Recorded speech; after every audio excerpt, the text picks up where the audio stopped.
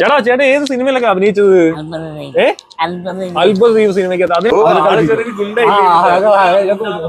കാരണം അവനെ തിരിച്ചാരൊന്നും പറയില്ലല്ലോ, ആ ധൈര്യമാണ് ആൾക്ക്.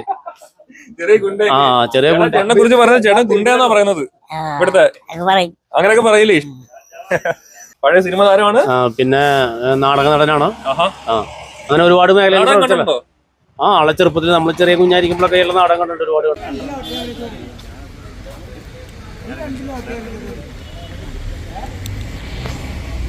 ചേട്ടാ ചേട്ടന്റെ പേരെന്താണ്? ഉമേഷൻ.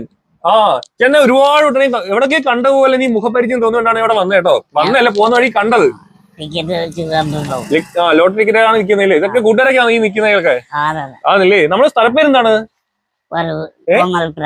തൃശ്ശൂർ ജില്ലയില് കുമ്മര